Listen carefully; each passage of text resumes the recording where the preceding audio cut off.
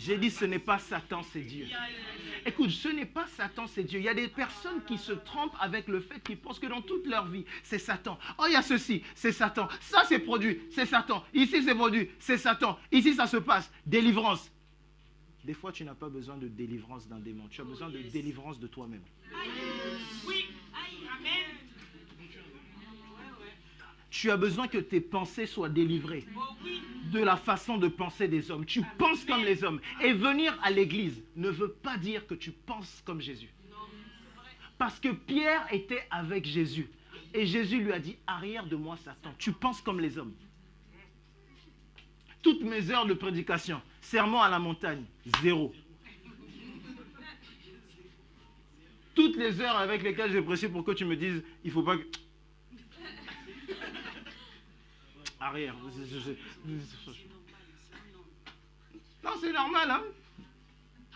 Surtout après que après que le Père lui ait dit, non, c'est le Messie.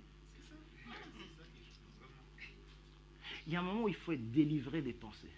Écoutez, vous pensez réellement. On est à l'église. Tu es chrétien. Tu es fils de Dieu. Quelqu'un va aller égorger un poulet, prendre son sang, mettre dans la terre, dire ton nom. Et ça va avoir de l'effet sur toi. Jamais. Égorger un poulet.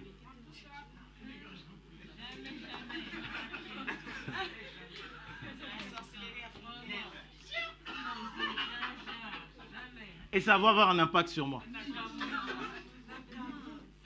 Mais ton poulet et toi, vous allez brûler ensemble. Tu vas le griller, tu vas le manger, je ne sais pas, vous allez faire un barbecue en enfer. Mais vous...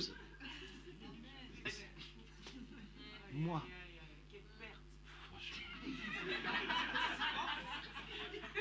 Il y a une expression aujourd'hui que les gens me disent, non, j'ai une femme de nuit, j'ai un mari de nuit. Vous êtes mariés quand?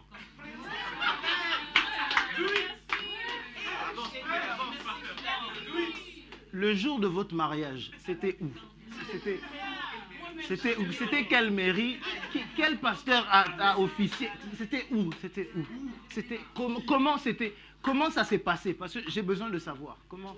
Qu'est-ce qui s'est passé? Tu vois dans ta pensée, et Satan veut te dire c'est moi, et c'est faux. Ça ne peut pas être Satan. Tu penses comme les hommes. Comme tu penses comme les hommes, tu te laisses l'autorisation que Satan puisse venir. Tu as développé un système de pensée. Tu as ouvert des portes peut-être quelque part. Et tu définis ça comme j'ai mon mari de nuit. Ah! Aïe, aïe, aïe, aïe, aïe. En plus, c'est à toi. Aïe, aïe, aïe, aïe, aïe. Non, c'est mon mari de nuit. J'en ai 7. Aïe, aïe, aïe. Aïe, aïe, aïe. Écoutez, la délivrance commence comment? Ton vocabulaire. J'ai dit, il y a une tonalité divine que tu vas commencer à avoir. Tu vas commencer à développer les pensées de Dieu. Tu vas commencer à te dire, la Bible déclare que celui qui vit en moi est plus grand que celui qui est dans le monde.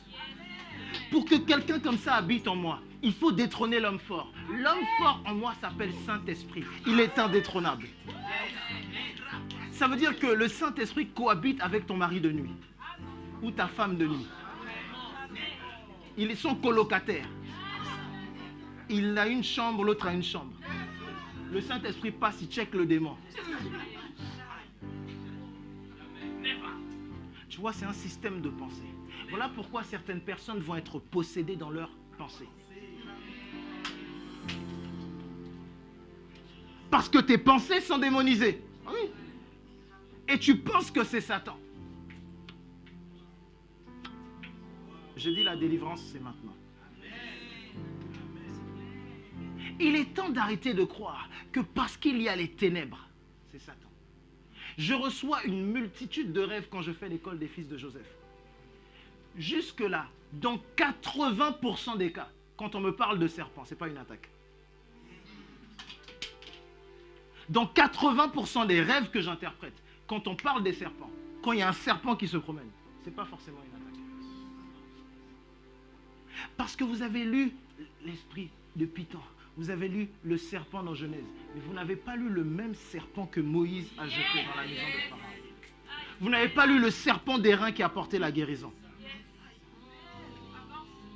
Et donc, quand tu lis serpent, Satan s'est tellement habitué à te dire, non, quand il s'agit de serpent, c'est moi. Que tu dis, non, c'est moi. Non. Le serpent d'airain a produit quoi? La guérison. Tu vois, tu es tellement habitué à te dire, c'est Satan. Il y a des gens à qui on dit, si tu manges dans ton rêve.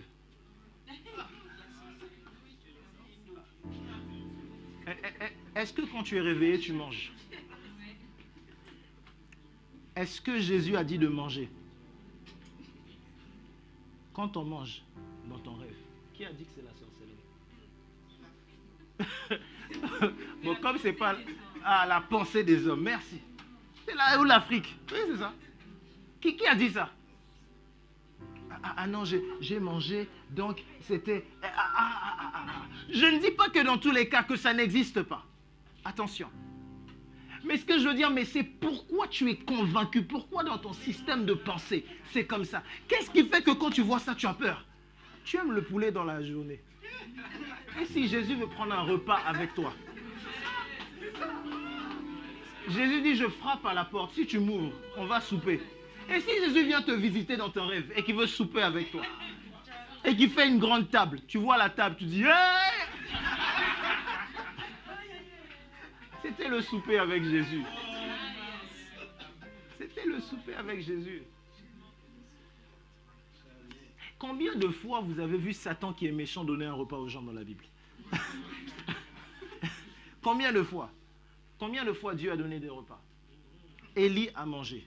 Jésus a donné un repas. Moïse a fait à manger.